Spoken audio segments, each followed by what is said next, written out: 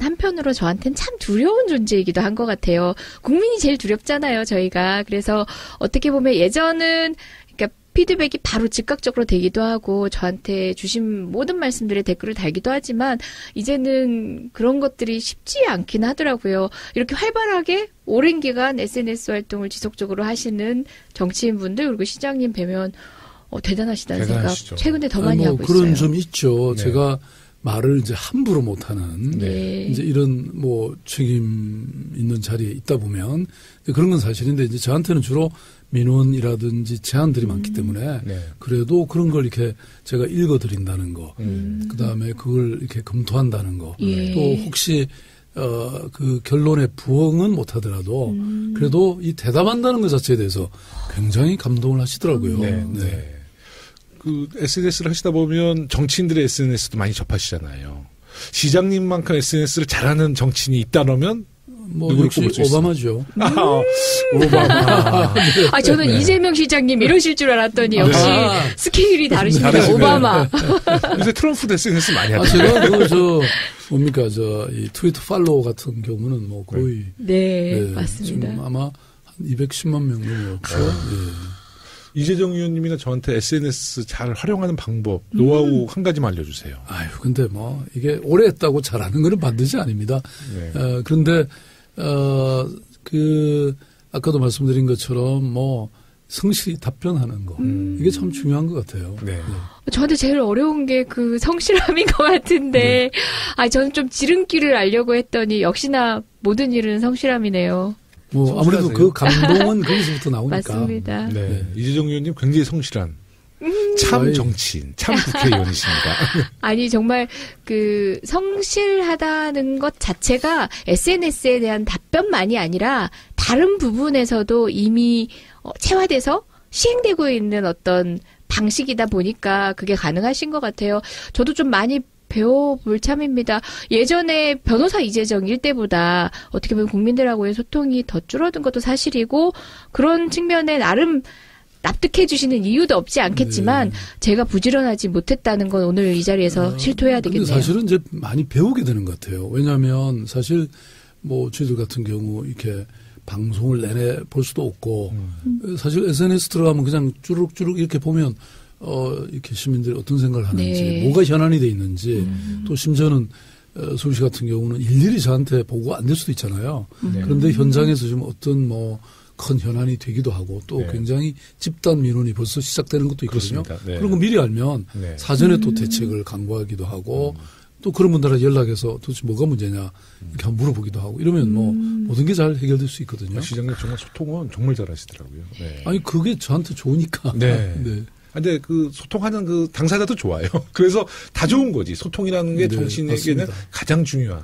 네. 감히 같아요. 상상을 했겠어요. 네. 대선 후보 유력 주자이시기도 하고 서울시장님께서 내가 한 얘기에 바로 답을 준다. 예전 같으면 상상도 못했을 아니, 일인 사실은 거죠. 그렇게 말씀하시는 분들도 계세요. 예. 아니 진짜 맞아요? 이렇게 예, 묻는 맞아요, 사람들이 맞아요. 많아요. 한 네. 얘가 저희 지역위원회에 한번 시장님이 한 4, 5년 전에 방문하시려고 했어요. 근데 네.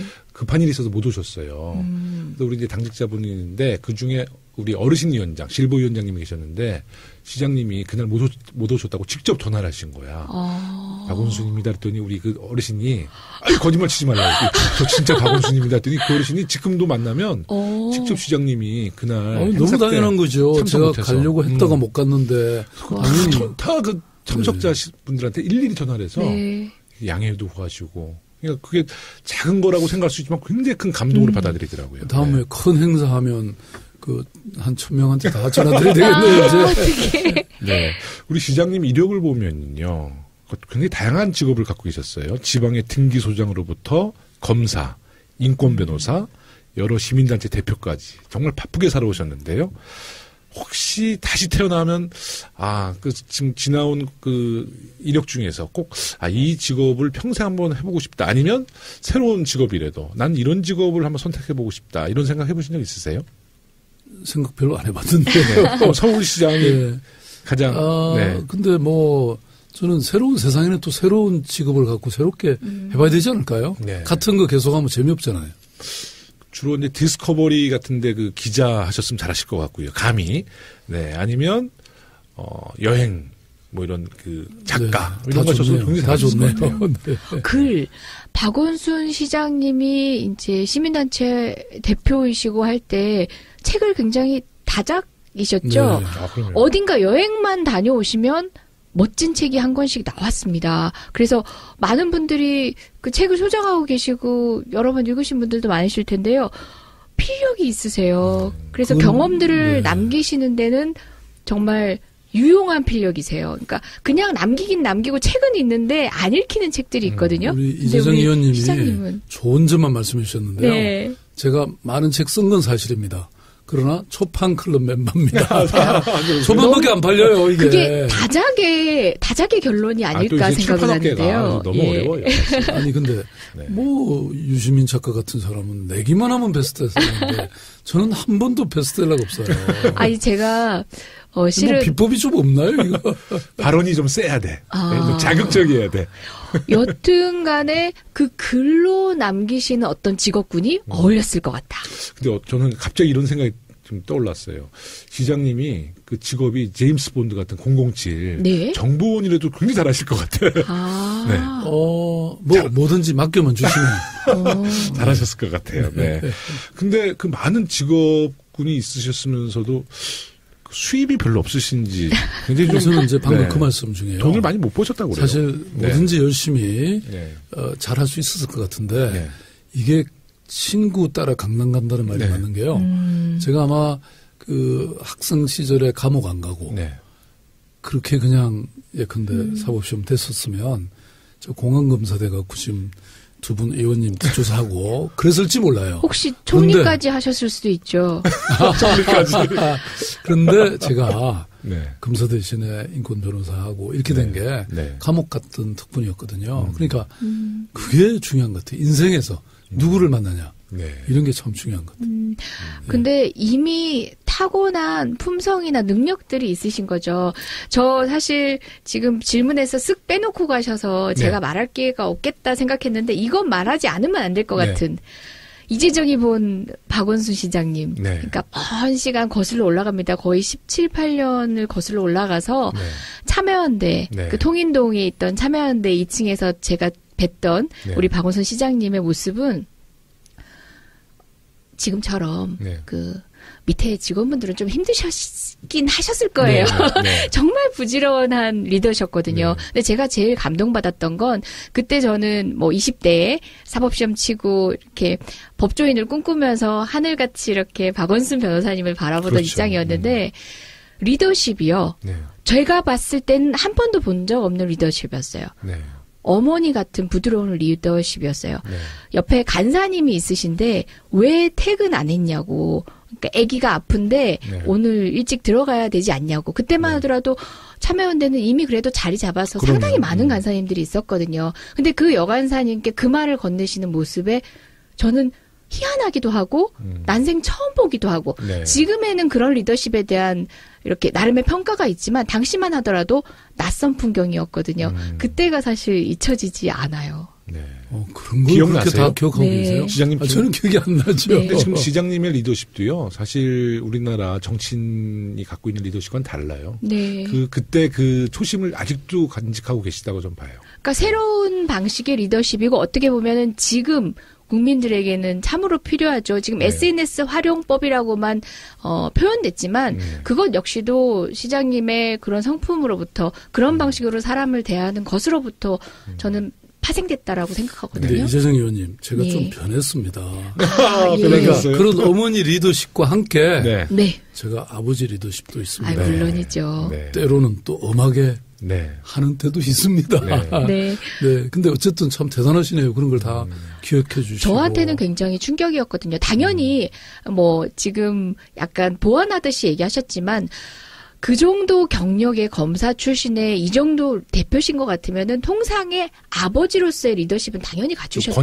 권위적이고. 왜냐하면 그것들이 가장 편하게 학습되어 온 남자들의 어떤 리더십 발현 네, 방식이니까요. 네, 네. 그걸 전제로 하고 저는 말씀을 드린 거고요. 근데 여성의 입장에서 예, 그렇죠. 당시에 네. 저는 그게 신선한 충격이면서 오랫동안 되뇌어졌던 것 네. 같아요. 근데 이제 저도 사실은 뭐 조금 이렇게 유교적 분위기가 있는 그런 네. 집안에서 컸는데 그러다 보니까 사실 뭐 이 여성들에 대한 이런 생각도 굉장히 고루했죠. 그런데 제가 이제 사회운동하면서 여성운동을 많이 했잖아요. 뭐 여성의 전화에 뭐 이사를 한다든지 뭐 이러면서 굉장히 개과천선을 했습니다. 사람은 늘 변할 수 있더라고요. 그러니까 지금은 뭐 거의 제가 여성 단체들은 저 가족들하고 같은 정도로 지내거든요. 이제 여성 운동상도 받았잖아요. 그러니까 이게 사람이 변하는 것 같아요.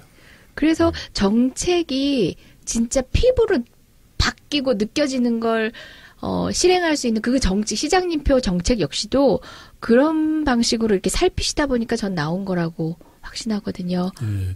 근데 늘 아까도 말씀드린 것처럼 사람들한테 늘 듣고 배우는 게 참 중요한 것 같아요.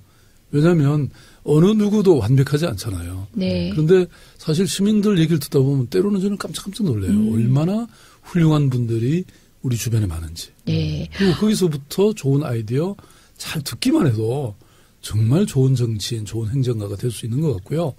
그 다음에 아까 저 질문 저한테 그 얘기 하셨죠? 돈 못 벌었냐고. 돈도 못 버신 데다가 빚도 많으시다 그래요. 네. 아이, 걱정하지 마십시오. 제가 그래도 서울시장 그만두고 나중에 뭐 변호사 되면요. 변호사 안 돼도 강사만 열심히 해도 빚 많이 갚을 수 있습니다. 아니, 근데 저는 사모님께서는 그래도 내조하시려면 이 빚 있는 남편을 좋아할 리가 없잖아요. 지금 그 세비는 사모님 눈이 삐었죠. 아니, 사실은 제가 이제 우리 아내하고 만날 때 제가 그때 막 큰 소리를 이렇게 쳤어요. 나는 시대에 매듭을 푸는 사람이 되고 싶다. 그랬더니 거기다 그냥 깜빡한 거예요. 사모님과 매듭을 그러니까 자기 잘못이 세상의 매듭을. 그랬더니 뭐 제가 집을 팔아서 어디다가 기증을 할 때도 또 뭐 어디에다가 어떻게 돈 생기면 그냥 그런 단체 갖다 주는 거를 안 말리더라고요. 사실은 좀 말렸어야 지금 어디 좀 숨겨놓은 뭐가 있을 텐데 그게 없었죠. 근데 사실은 어떻게 생각하면 미안하고 어떻게 생각하면 고맙죠. 근데 시장님이 이제 이런 그 생각 때문에 그런지요. 항상 표정에는 이렇게 평화가 있잖아요. 그 평화에는 사모님의 희생이 있었다는 그 것. 평화에는 빚이 있다. 빚이 있는데도 평화가 있다. 이게 정말 뭐 아마 두 분 다 이제 정치하시면 주변 가족들의 희생이 있는 것 같아요. 맞습니다. 제가 과거 얘기한다 그랬는데 시간이 없더라도 또 하나 하고 싶어요. 저 폭로. 폭로. 이런 게 팟캐스트에서 청취를 올려주는 거예요. 폭로. 그와의 하룻밤. 세다. 세. 지금부터 19금입니다. 아니, 제주도에서, 자, 시장님. 국정감사 현장으로 돌아가세요. 청문회. 그날을 기억하십니까? 제주도였습니다. 그리고 굉장히 고급 리조트였던 것 같고요. 저와 그 새벽녘까지 함께 지냈던 것을 기억하십니까? 몇 년도죠? 2003년인가 2004년인가. 어렴풋이 기억은 나는데 무슨 일이 있었는지는 잘 모르겠습니다. 그러니까 더 이상해. 발뺌을 하시니까 제가 정확하게 말씀드리겠습니다. 제가 정확하게 말씀드리겠습니다. 기억력 좋으시니까. 저는 그때 술에 많이 취해 있었죠? 아닙니다. 술 한 잔 드시지 않았습니다. 술 한 잔 드시지 않았습니다. 지금 뭐 주치 중의 일이라 피해 가시려 하시는 것 같은데 술 한 잔 취하지 않으셨고요. 이게 무슨 얘기냐면요. 박주민 의원이 연수생이던 시절 그리고 제가 연수생이던 시절에 저희 사법연수원의 거의 대다수의 그 당시에 반으로 편제돼 있었는데요. 반에서 졸업여행을 제주도로 갔었어요. 근데 제가 타고 가던 비행기가 공교롭게 우리 박원순 시장님이 탔던 비행기였어요. 그래서 어디 가세요? 했더니 제주도에 강의가 있어서 가신다고 하셨고 거기에서 제공한 숙소가 아마 꽤 유명한 고급 리조트인데 오픈하기 전에 방을 제공하셨다고 하더라고요. 거기에 간다고 하셔서 저희는 진짜 늘 말씀 듣고 싶고 늘 찾아뵙고 싶은 선배님이기 때문에 저희 시간 좀 내주실 수 있냐고 했더니 그럼 숙소로 찾아오라고 그래서 한 6, 7명의 우리 연수생들이 시장님의 그 방으로 쳐들어갔습니다. 근데 진짜 술 한 잔 먹지 않고 밤새 얘기를 했어요. 뭘 가지고 얘기를 했느냐. 그때 아마 외국을 다녀오셨어요. 어느 학교 다녀오셨던 것 같은데, 노트북을 꺼내 놓으시고요. 그냥 수학하신 게 아니에요. 그러니까 다니시면서 찍은 사진들 하나하나까지도 저는 그때 느꼈습니다. 나는 박원순이 될 수 없다. 딱 느꼈어요.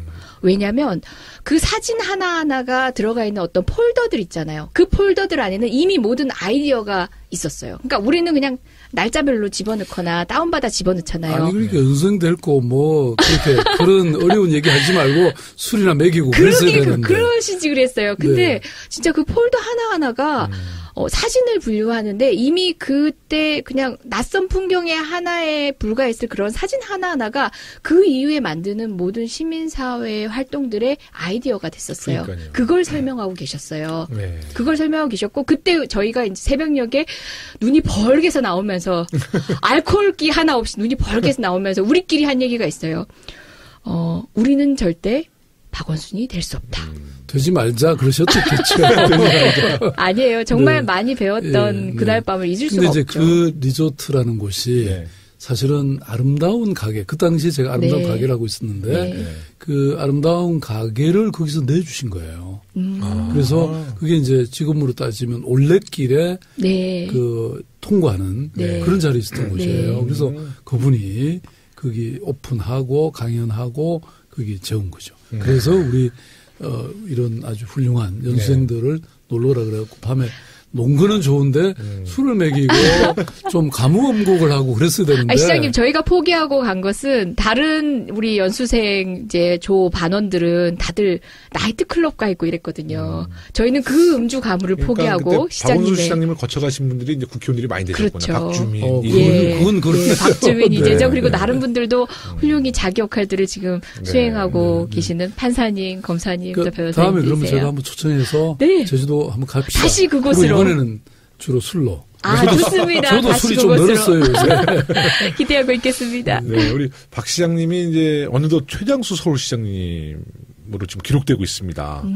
서울시장을 취임하면서 가장 행복했던 순간이 있다면 언제일까요?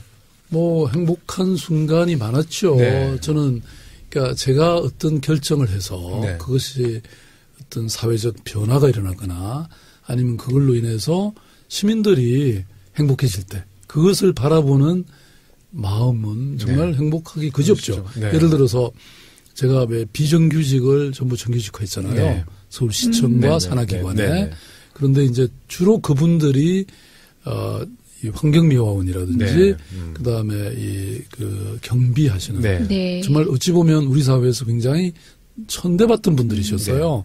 그러니까 그분들에게 제가 이제 공무직이라고 하는 네. 신분증을 달아드릴 때, 아유. 그러면 이제 그분들이 그걸 들고 자기 자식한테 가서 자랑하고 싶으시잖아요. 그리고 또 이제는 당당하게 서울시청을 이렇게 그 출입증으로 출입증 딱 달고. 다니실 수가 네. 있죠.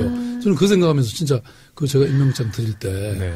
거의 정말 주체할 수 없는 눈물을 제가 흘렸어요. 정말. 너무 행복하면 아, 왜 듣기만 눈물을 해도. 흘리잖아요. 네. 그리고 이제 재밌는 스토리가 하나 있는데요.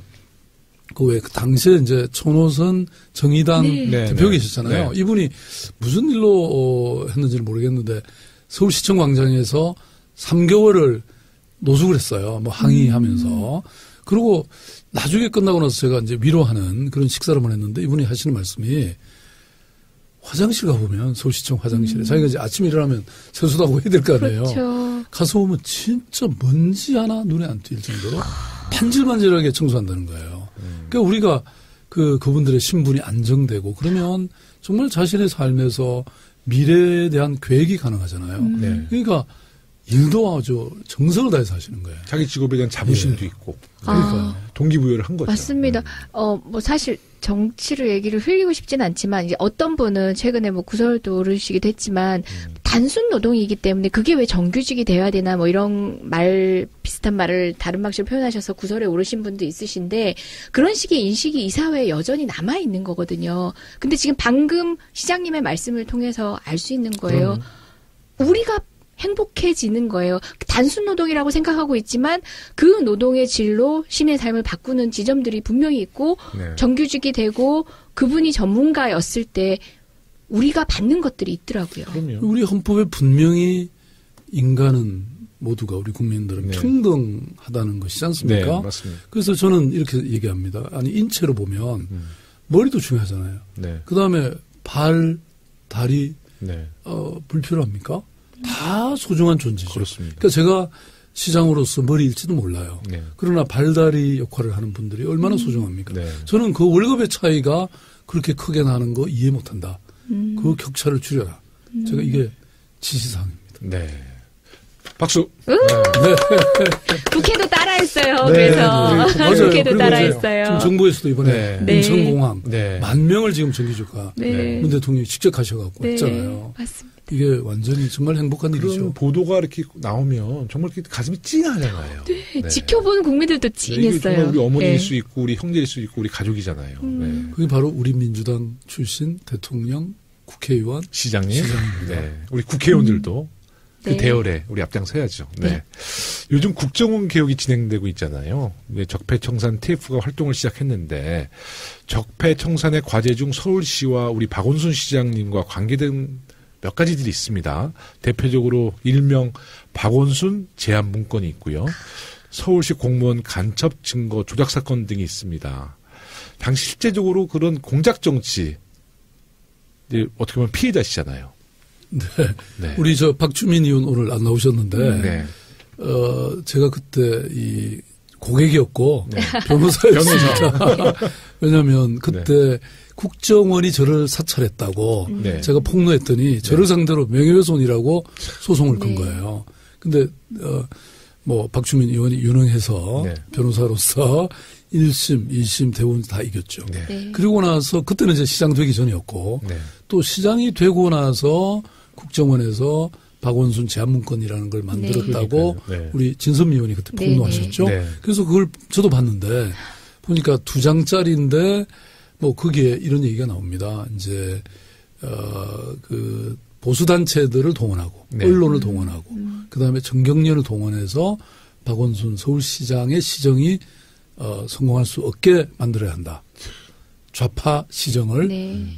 성공하지 못하게 만들어야 한다. 그런데 그 내용이 나중에 보니까 다 집행이 됐어요. 왜냐하면 보십시오. 아주 그냥 보수도 그냥 보수도 보수라고 아닌 할 수도 없어요. 어버이연합. 네. 거기에서 저만 상대로 19번을 집회를 했어요. 근데 그 중에 하나가 제가 간첩을 말하자면 채용했다. 이런 거예요. 근데 그 유성 씨라고 하는 네. 분이 사실 나중에 전부 고문이라든지 이런 걸로 네. 말하자면 억지로 네. 허위 조작했다는 게 밝혀졌잖아요. 네. 여권인가 뭔가도 위조하고. 그 심지어. 그래서 그런데 아무튼 근데 그분은 더군다나 저 앞에 전임 시장이 채용한 사람이에요. 예, 맞습니다. 이런 식으로 그냥 그 어버이연합이 막 공격하고 그랬죠. 네. 저도 유우성 씨 사건에 이제 본의 아니게 관련돼 있는 변호인이라서 그 당시 상황을 생생하게 기억하는데요. 그 사건의 탄생은 그러니까 변호인들도 추측하건대 박원순 시장을 겨냥했다라고 네.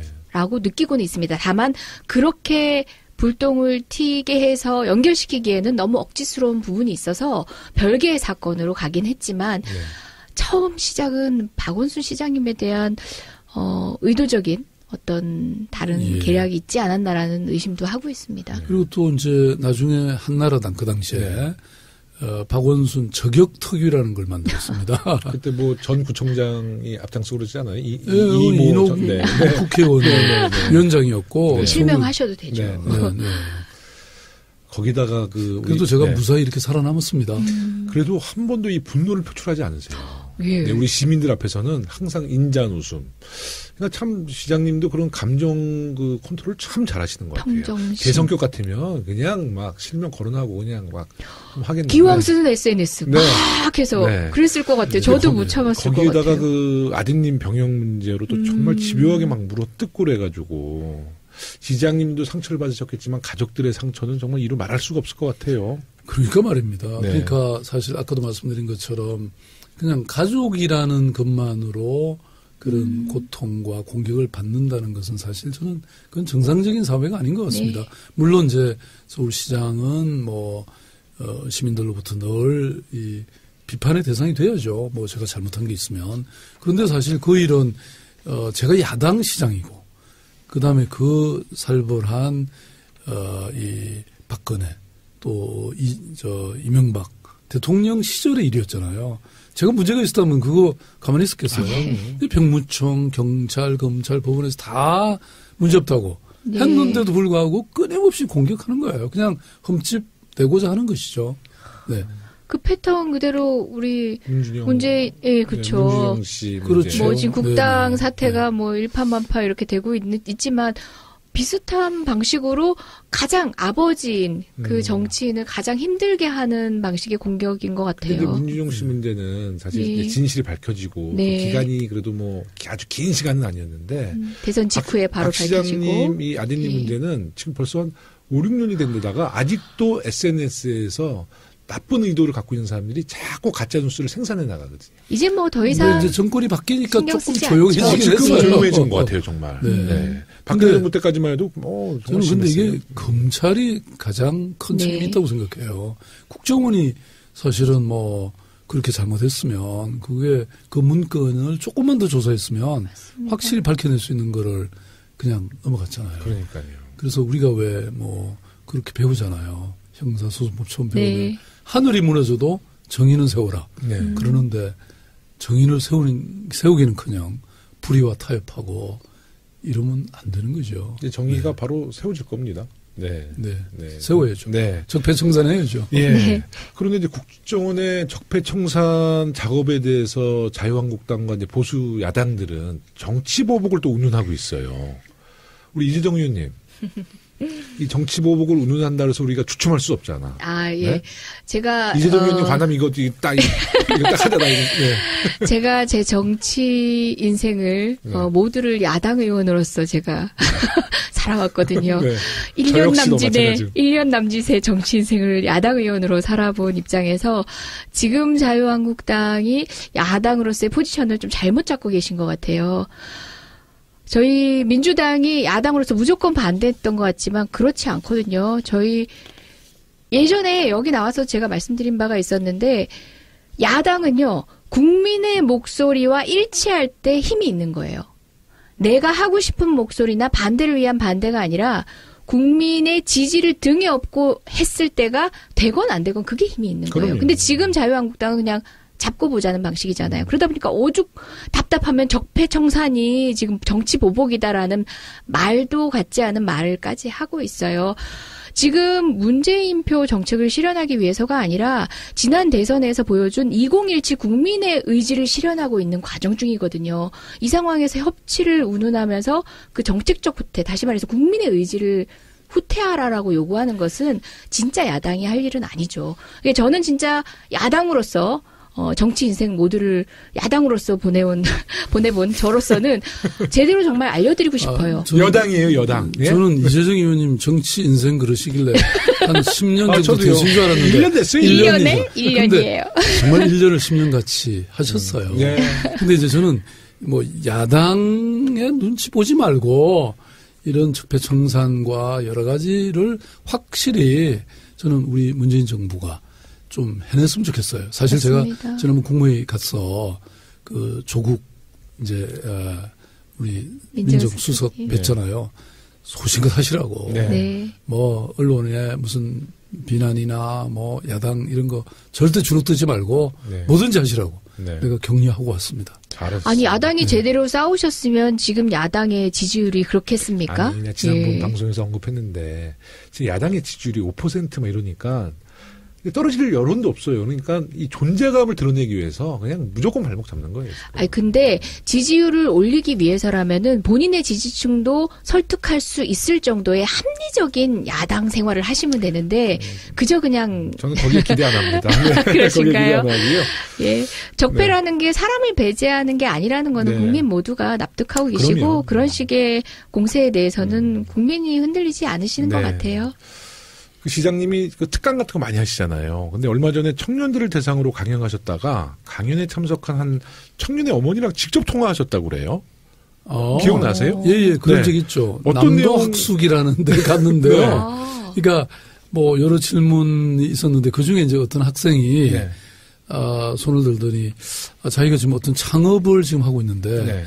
어머님이 상당히 반대를 하신다고. 그래서 제가 얘기를 듣고 보니까 아니 이 친구가 참 뭐 전도양양하고 네. 그 사업도 괜찮은 것 같은데 우리나라 부모님들은 그러시잖아요. 좀 안정된 직업. 그렇습니다. 이런 걸 다들 원하시잖아요. 그래서 제가 직접 전화해서 내가 말 이렇게 듣고 보니까 참 훌륭한 아들 두셨다. 설득을 하신 거야. 그렇죠. 대신. 좀 믿어주셔라. 이 창업하게 해주셔라. 그랬더니 설득을 당하셨어요. 그게 어디 페이스북인가 어디 나와 있습니다. 그러니까요. 근데 그 사업 잘 돼야 될 텐데. 그것도 잘못되면 또 시장님. 제가 서울시장이 보장하겠습니다. 이렇게 얘기했기 때문에 제가 책임져야 됩니다. 잘하셨네요. 그 문재인 대통령께서 광화문 대통령 되겠다는 공약을 하면서 이 공약이 실현되기 위해서는 이제 박 시장님께서 계획하고 계신 광화문 광장 재개조 작업이 우선돼야 할 텐데요. 왜 이런 계획을 세우셨어요? 그 대통령과 좀 그런 아니 우선 딱 광화문을 보시면 네네. 광장이 지금 아니고 네. 사실은 거의 거대한 이 뭡니까 이 분리대처럼 네. 중앙 분리대처럼 보이잖아요. 그렇죠. 네네. 그러니까 이거에 대해서는 뭐 건축가들은 최악의 이 작품이다 이런 얘기까지 하고 있고 네. 그래서 지금 이제 이걸 개조할 생각을 오래전에 해왔는데 네. 특히 작년인가요? 우리 그 광복 80주년 기념 사업의 하나로 네. 이걸 좀 바꾸자. 네. 그렇게 중앙정부에 요청했죠. 그 당시 박근혜 정부한테. 박근혜 정부예요? 뭐 들어줄 리가 있겠습니까? 그래서 못했는데 네. 이걸 쭉 저희들은 전문가들과 함께 준비해 왔고요. 네. 그런데 이제 문재인 대통령께서 공약으로 네. 광화문 대통령실을 열겠다. 청와대 내놓겠다. 네. 이렇게 공약을 하셨잖아요. 네. 그러면 청와대를 어디로 옮겨야 될지 그다음에 또 광화문 광장의 재구조와 네. 이걸 이제 연결해서 해야 되는데 그 당시 후보 시절에 저하고 뵀을 때 네. 서울시장으로서 서울시가 먼저 좀 안을 가져오면 협력하겠다. 이렇게 말씀을 하셔서 저희들이 11월까지는 좀 대체로 네. 안을 만들어서 중앙정부하고 협의할 생각입니다. 그러면 그 현실화가 되면 우리 대통령과 우리 시장님은 자주 만날 수 있겠어요. 같은 광화문에서 사무실 쓰게 되면. 뭐 지금도 가깝습니다. 네, 뭐 네, 불러만 주시면 네. 10분 안에 그냥 가서 네. 맥주도 한잔 마시고 그러고 조석으로 싶죠. 이젠 진짜 조석으로 만나실 네. 수밖에 없는 지근거리에 화장실 계시겠네요. 가다가 만나고 지나가다가 만나고. 그거야 뭐 너무 지금 좋죠. 김용우 의원님도 네. 마찬가지잖아요. 네. 서대문 바로 옆인데. 그러니까 이제 문재인 대통령께서 박 시장님의 좋은 정책을 가져다 쓰시겠다는 것도 뭐 이런 취지죠. 네. 네, 뭐 저는 대통령께서 아까도 말씀드린 것처럼 굉장히 네. 실용적인 생각을 많이 네. 하시는 것 같고요. 네. 그래서 저는 우리가 아무튼 뭐 이 정부 성공시켜야죠. 네. 그 혹시 최근 이제 그 국무회의에서 대통령 만나셨는데요. 뭐 정책에 대한 건의나 앞으로 뭐 대통령께 건의할 정책이 있으신가요? 너무 많죠. 네. 몇 가지 네. 좀 한번 얘기 좀 해주십시오. 국회에서도 저희가 좀 뒷받침하겠습니다. 네. 아니 뭐 저희들이 사실 그동안 아까도 말씀드린 것처럼 중앙정부하고는 도저히 이게 같이 네. 할 수가 없었던 뭐 일들이 너무나 많고 네. 또 고쳐야 될 법령들이 많아서 그런데 이제 지금 뭐 새로운 정부, 우리 정부가 들어섰고 그래서 뭐든지 이제 얼굴 맞대고 네. 협의해서 이제 다 바꿔야 될 것 같고요. 법령은 이미 저희들이 현실에 안 맞는 거를 전부 신구법 이 대비표까지 만들어서 지금 한 3권짜리로 만들어서 네. 사실은 국회로 다 보내드렸으니까 한번 챙겨보십시오. 네. 네. 많습니다, 이미. 네. 이런 생각해봐요. 우리 시장님, 서울시장 재임 시절이 만약에 우리 정부였다. 네, 그러니까 이명박, 박근혜 정부가 아니라 우리 정부였으면 시장님의 그 많은 정책이 더 현실화됐을 거고 성과도 전국화됐겠죠. 지금보다 훨씬 컸을 거라고 생각하는데 동의하시나요? 그럼요. 네. 지금 사실은요, 서울시 정책은 제가 이런 자랑 안 하려고 그랬는데 자꾸 또 오늘은 좀 자랑하셔도 돼요. 자화자찬 그래도 방송이에요, 되나요? 저희가. 자화자찬 그래도 방송. 제가 너무 자랑한다고 또 그런 얘기가 있어가지고 네. 사실 세계에도 여러 네. 도시에 네. 지금 한 50개 프로젝트가 수출됐습니다. 예컨대 저 몽골의 울란바토르에 가시면 네. 이미 우리가 SPC 회사를 만들어가지고요. 네. 환성 시스템을 수출했습니다. 시스템. 사실은 뭐 기업들이 가서 하는 거죠. 네. 그래서 서울에 지금 최근에 제가 시장실을 아주 디지털 시장실로 완전히 바꿔놨거든요. 네. 실시간대로 뭐 서울에서 일하는 모든 걸 다 확인할 수 있습니다. 화재가 났다. 상황실처럼. 네, 그럼요. 거기다 딱 하면 지금 소방관들이 어디 출동하고 있고 그다음에 거기 화재 현장에 CCTV 이런 걸 다 볼 수 있고요. 네. 제가 딱 전화 걸면 바로 소방서장이 나와가지고 네. 바로 동영상, 영상 통화할 수 있고 네. 뭐 이런 시스템. 네. 이제 이런 것들은 뭐 당연히 해외 수출해야죠. 네. 아니 SPC 이러면 흔히 돈 세탁하기 위해서 하는 것만 늘 신문에서 봐오다가 언론에서 봐오다가 이렇게 좋은 시정이 네. 여러 나라에 전파되는 방식으로 SPC가 설립됐다는 게 네, 그러니까 뭐 예. 기본적으로 뭐 그건 꼭 제가 다 한 게 아니고 서울시가 그동안 지난 반세기 동안 네. 뭐 인프라라든지 전자정부라든지 네. 뭐 이런 것들에 대해서는 계속 싸워왔기 때문에 이제 이런 걸 제가 이제 꿰고 계신 거군요. 네, 잘 네. 이제 해서 해외 수출하는 뭐 그런 일들이죠. 와.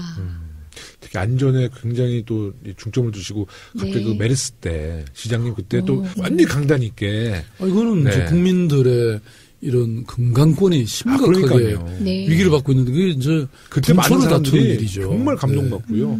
서울 시민들의 안전과 생명을 정말 그때 아니, 김영우 의원님 지켜주신 거죠. 시민들을 위해서라면 그렇죠. 안전을 위해서라면 네. 뭐 뭐든지 네. 해야죠. 근데 저는 이제 시장님 그런 때 그 단호함, 그 눈빛, 예? 항상 시장님이 이렇게 좀 자상한 표정을 짓는데 그때는 정말 시장님 같지 않았어요. 그래요? 아주 또 엄청 단호했어요. 공격받았죠. 네. 네. 그때 그 무능했던 네. 그 보건복지 정책, 뭐 그때 그 장관, 단호하게 하시는데, 저는 소름이 쫙 끼치더라고요. 예. 시장님 그때 멋졌어요. 앞으로 네. 자주 그러겠습니다. 네. 네.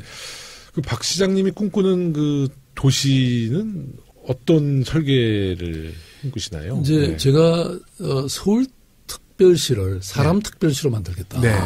이렇게 제가 선언했고요. 처음에 시장님 나오셨을 때 슬로건이셨나요? 예, 그렇죠? 쭉 네. 계속해서 네, 그런 사람 주장을 중심에. 했는데요. 그 얘기는 그동안은 이제 아주 고도의 경제 성장과 네. 속도 중심의 이런 사회, 물량적 성장 중심의 시대였다면 이제는 정말 그런 것보다는 사람의 존엄성, 사람의 가치 이런 게 중요하거든요. 세상의 모든 일은 다 사람이 하는 거잖아요. 근데 사람이 기계처럼 혹사당하고 네. 사람의 가치가 말하자면 무시되는 세상 속에서 저는 네. 더 이상의 경제 성장도 없다. 네.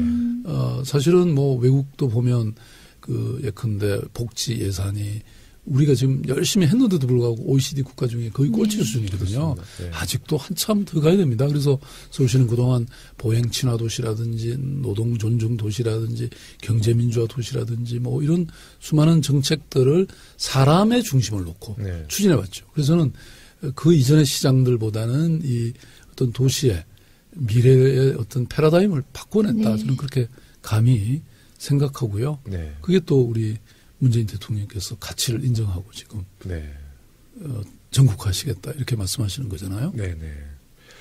뭐 기대가 많이 되고 또 특히 이제 예전에 서울시장님들의 어떤 정책은 서울시만의 정책이었는데 이제 저희 서대문구뿐만 아니라 각 그 기초단체장님들 보면 이제 구청장님들 보면 그 서울시의 복지 정책이 각 동별로 이루어지고 있다는 게 저는 굉장히 중요하다 네, 보거든요. 그것도 맞춤형. 네, 맞춤형. 찾아가는. 네. 예.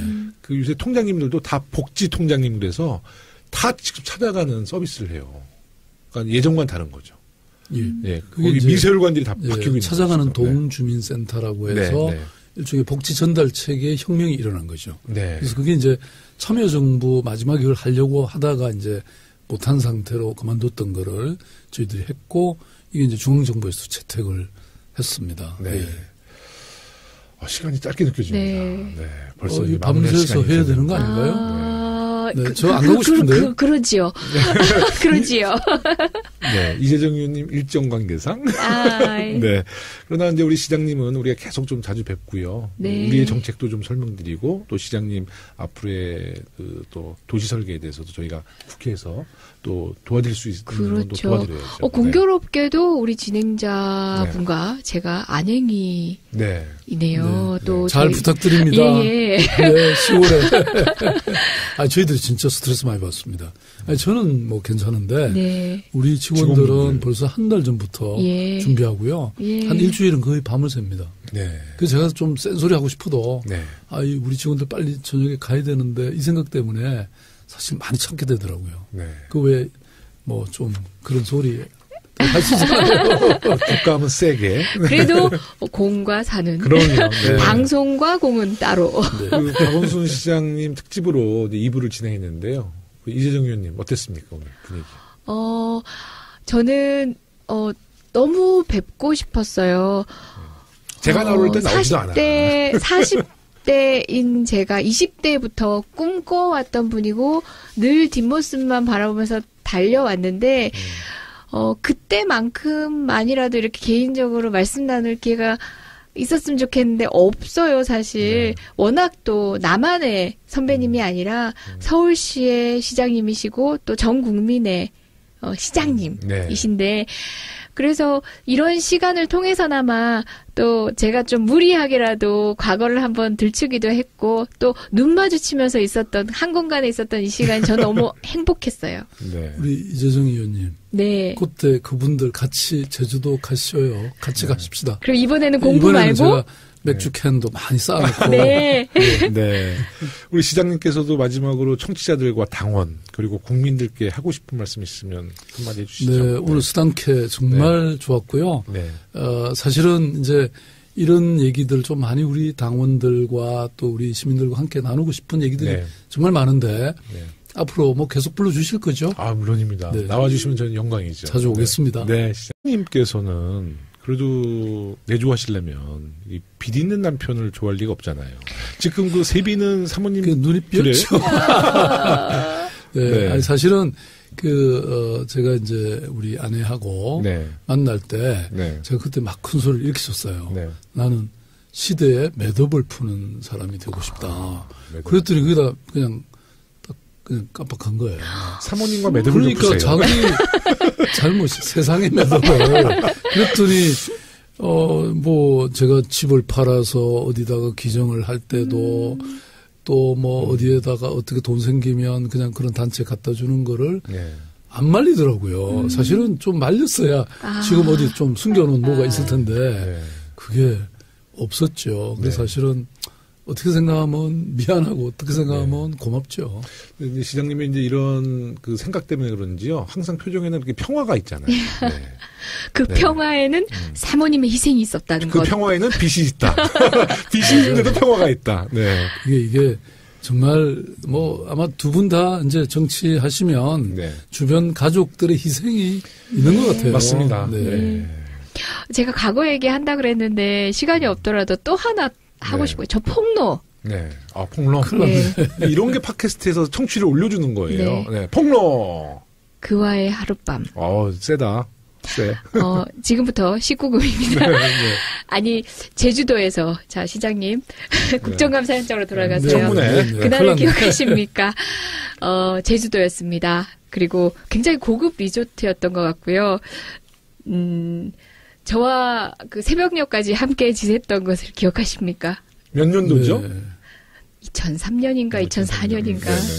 어렴풋이 기억은 나는데 무슨 일이 있었는지는 잘 모르겠습니다. 그러니까 더 이상해. 발뺌을 하시니까 제가 정확하게 말씀드리겠습니다. 제가 정확하게 말씀드리겠습니다. 기억력 좋으시니까. 예. 저는 그때 술에 많이 취해 있었죠? 아닙니다. 술 한 잔 드시지 않았습니다. 술 한 잔 드시지 않았습니다. 지금 뭐 주치 중의 일이라 피해 가시려 하시는 것 같은데 술 한 잔 취하지 않으셨고요.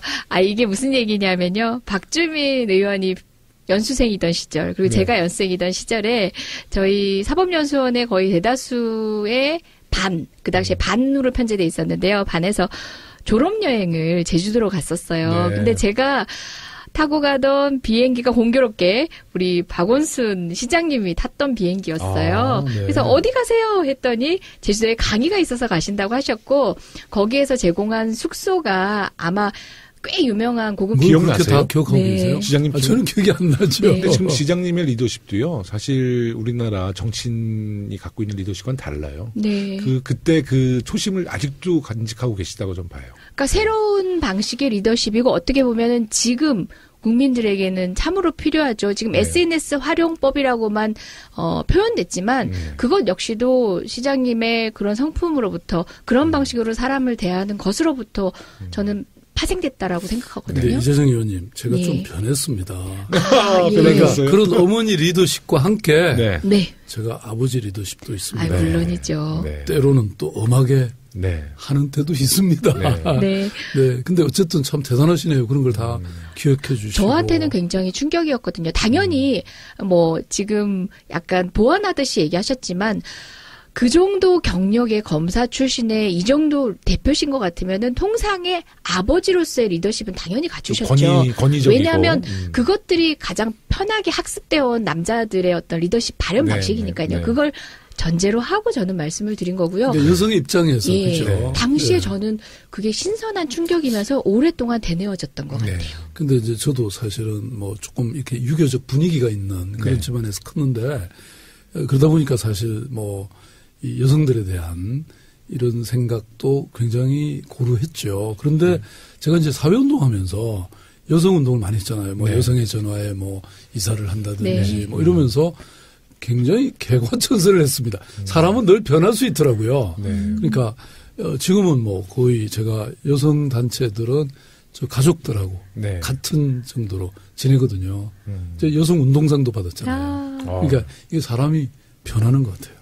그래서 정책이 진짜 피부로 바뀌고 느껴지는 걸 실행할 수 있는 그 정책, 시장님표 정책 역시도 그런 방식으로 이렇게 살피시다 보니까 전 나온 거라고 확신하거든요. 예. 근데 늘 아까도 말씀드린 것처럼 사람들한테 늘 듣고 배우는 게 참 중요한 것 같아요. 왜냐하면 어느 누구도 완벽하지 않잖아요. 네. 그런데 사실 시민들 얘기를 듣다 보면 때로는 저는 깜짝깜짝 놀래요. 얼마나 훌륭한 분들이 우리 주변에 많은지. 네. 그리고 거기서부터 좋은 아이디어 잘 듣기만 해도 정말 좋은 정치인, 좋은 행정가가 될 수 있는 것 같고요. 그 다음에 아까 저 네. 질문 저한테 그 네. 얘기 하셨죠? 네. 돈 뭐, 네. 못 벌었냐고. 돈도 못 버신 데다가 빚도 많으시다 그래요. 네. 아이, 그 걱정하지 마십시오. 네, 네. 제가 그래도 서울시장 그만두고 나중에 뭐 변호사 되면요. 네. 변호사 안 돼도 네. 강사만 열심히 해도 네. 빚 많이 갚을 수 있습니다. 아니, 근데 저는 사모님 한편으로 저한테는 참 두려운 존재이기도 한 것 같아요. 국민이 제일 두렵잖아요, 저희가. 그래서 어떻게 보면 예전은 그러니까 피드백이 바로 즉각적으로 되기도 하고 저한테 주신 모든 말씀들에 댓글을 달기도 하지만 이제는 그런 것들이 쉽지 않긴 하더라고요. 이렇게 활발하게 오랜 기간 SNS 활동을 지속적으로 하시는 정치인분들 그리고 시장님 뵈면 대단하시다는 대단하시죠. 생각 최근에 더 많이 뭐 하고 그런 있어요. 점이 있죠. 네. 제가 말을 이제 함부로 못하는 네. 이제 이런 뭐 책임 있는 자리에 있다 보면 그런 건 사실인데 이제 저한테는 주로 민원이라든지 제안들이 많기 때문에 네. 그래도 그런 걸 이렇게 제가 읽어드린다는 거, 그 다음에 그걸 이렇게 검토한다는 거, 예. 또 혹시 그 결론에 부응은 못하더라도 그래도 이 대답한다는 것 자체에 대해서 굉장히 감동을 하시더라고요. 네. 네. 그 SNS를 하시다 보면 정치인들의 SNS도 많이 접하시잖아요. 시장님만큼 SNS를 잘하는 정치인이 있다면 뭐 누구를 역시 꼽을 수 있어요? 오바마죠. 오바마. 아, 저는 이재명 시장님 이러실 줄 알았더니 역시 아. 스케일이 다르시네요. 다르시네. 오바마. 요새 트럼프도 SNS 많이 아, 하잖아요. 제가 뭡니까, 이 트위터 팔로워 같은 경우는 뭐 거의. 네, 맞습니다. 지금 아마 한 210만 명 넘었죠. 예. 이재정 의원님이나 저한테 SNS 잘 활용하는 방법, 노하우 한 가지만 알려주세요. 아유, 근데 뭐, 이게 오래 했다고 잘하는 거는 반드시 아닙니다. 네. 그런데, 아까도 말씀드린 것처럼 뭐, 성실히 답변하는 거. 이게 참 중요한 것 같아요. 네. 저한테 제일 어려운 게 그 성실함인 것 같은데, 저는 좀 지름길을 알려고 했더니 역시나 모든 일은 성실함이네요. 뭐, 아무래도 그 감동은 거기서부터 나오니까. 맞습니다. 네. 네. 이재정 의원님 굉장히 성실한 참 아이. 정치인, 참 국회의원이십니다. 아니 정말 그 성실하다는 것 자체가 SNS에 대한 답변만이 아니라 다른 부분에서도 이미 체화돼서 시행되고 있는 어떤 방식이다 보니까 그게 가능하신 것 같아요. 저도 좀 많이 배워볼 참입니다. 예전에 변호사 이재정일 때보다 어떻게 보면 국민들하고의 소통이 더 줄어든 것도 사실이고 그런 측면에 나름 납득해 주시는 이유도 없지 않겠지만 제가 부지런하지 못했다는 건 오늘 이 자리에서 실토해야 되겠네요. 근데 사실은 이제 많이 배우게 되는 것 같아요. 왜냐하면 사실 뭐 저희들 같은 경우 이렇게 방송을 내내 볼 수도 없고 사실 SNS 들어가면 그냥 쭈룩쭈룩 이렇게 보면 이렇게 시민들이 어떤 생각을 하는지, 네. 뭐가 현안이 돼 있는지, 또 심지어는 서울시 같은 경우는 일일이 저한테 보고 안 될 수도 있잖아요. 네. 그런데 현장에서 지금 어떤 뭐 큰 현안이 되기도 하고 또 네. 굉장히 집단 소변밖에 안 팔려요 이게. 그게 다작의 결론이 아닐까 생각을 하는데요. 너무 예. 어려워요. 아니 근데 네. 뭐 유시민 작가 같은 사람은 내기만 하면 베스트셀러인데 저는 한 번도 베스트셀러가 없어요. 아니 제가 뭐 실은 비법이 좀 없나요 이거? 발언이 좀 세야 돼. 좀 자극적이어야 돼. 여튼간에 그 글로 남기시는 어떤 직업군이 어울렸을 것 같다. 근데 저는 갑자기 이런 생각이 좀 떠올랐어요. 시장님이 그 직업이 제임스 본드 같은 007 네. 정보원이라도 굉장히 잘하실 것 같아요. 아, 뭐든지 맡겨만 주시면. 잘하셨을 것 같아요. 네. 근데 그 많은 직업군이 있으셨으면서도 수입이 별로 없으신지 굉장히 좀 저는 이제 방금 네. 그 말씀 중에요. 돈을 많이 못 버셨다고 그래요. 사실 네. 뭐든지 열심히 네. 잘할 수 있었을 것 같은데 네. 이게 친구 따라 강남 간다는 말이 네. 맞는 게요. 제가 아마 그 학생 시절에 감옥 안 가고 네. 그렇게 그냥 예컨대 사법시험 됐었으면 저 공안검사대 갖고 지금 두 분 의원님 뒷조사하고 그랬을지 몰라요. 혹시 총리까지 하셨을 수도 있죠. 정리까지. 그런데 제가 네. 검사 대신에 인권 변호사하고 이렇게 된 게 네. 감옥 갔던 특권이었거든요. 그러니까 그게 중요한 것 같아요. 인생에서 누구를 만나냐. 네. 이런 게 참 중요한 것 같아요. 근데 이미 타고난 품성이나 능력들이 있으신 거죠. 저 사실 지금 질문에서 쓱 빼놓고 가셔서 제가 말할 기회가 없겠다 생각했는데 이건 말하지 않으면 안 될 것 네. 같은 이재정이 본 박원순 시장님. 네. 그러니까 먼 시간 거슬러 올라갑니다. 거의 17, 18년을 거슬러 올라가서 네. 참여연대, 네. 그 통인동에 있던 참여연대 2층에서 제가 뵀던 네. 우리 박원순 시장님의 모습은 지금처럼 네. 그 밑에 직원분들은 좀 힘드셨긴 하셨을 거예요. 네, 네. 정말 부지런한 리더셨거든요. 네. 근데 제가 제일 감동받았던 건 그때 저는 뭐 20대에 사법시험 치고 이렇게 법조인을 꿈꾸면서 하늘같이 이렇게 박원순 변호사님을 바라보던 그렇죠. 입장이었는데 리더십이요. 네. 제가 봤을 때는 한 번도 본 적 없는 리더십이었어요. 네. 어머니 같은 부드러운 리더십이었어요. 네. 옆에 간사님이 있으신데 왜 퇴근 안 했냐고. 그러니까 아기가 아픈데 네. 오늘 일찍 들어가야 되지 않냐고. 그때만 네. 하더라도 참여연대는 이미 그래도 자리 잡아서 그럼요. 상당히 많은 간사님들이 있었거든요. 근데 그 여간사님께 그 말을 건네시는 모습에 저는 희한하기도 하고 난생 처음 보기도 하고 네. 지금에는 그런 리더십에 대한 이렇게 나름의 평가가 있지만 당시만 하더라도 낯선 풍경이었거든요. 그때가 사실 잊혀지지 않아요. 네. 그런 민원이 벌써 시작되는 것도 있거든요. 그렇습니다. 네. 그런 거 미리 알면 네. 사전에 또 대책을 강구하기도 하고 또 그런 분들한테 연락해서 도대체 뭐가 문제냐 이렇게 한번 물어보기도 하고 이러면 뭐 모든 게 잘 해결될 수 있거든요. 시장님 정말 소통은 정말 잘하시더라고요. 네. 아니 그게 저한테 좋으니까. 네. 네.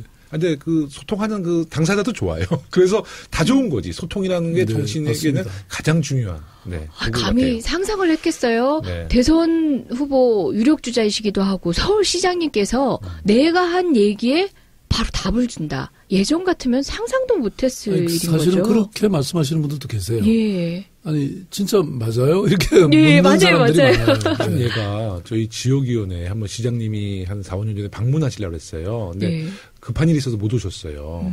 그래서 우리 이제 당직자분이 있는데 그 중에 우리 어르신위원장, 실보위원장님이 계셨는데 시장님이 그날 못 오셨다고 직접 전화를 하신 거야. 박원순입니다. 그랬더니 우리 그 어르신이 아니 거짓말 치지 말라고. 저 진짜 박원순입니다. 했더니 그 어르신이 지금도 만나면 직접 시장님이 그날 아니, 행사 너무 때 당연한 거죠. 참석 제가 못해서. 가려고 했다가 못 갔는데 당연히 다 그 참석자 분들한테 일일이 전화를 해서 네.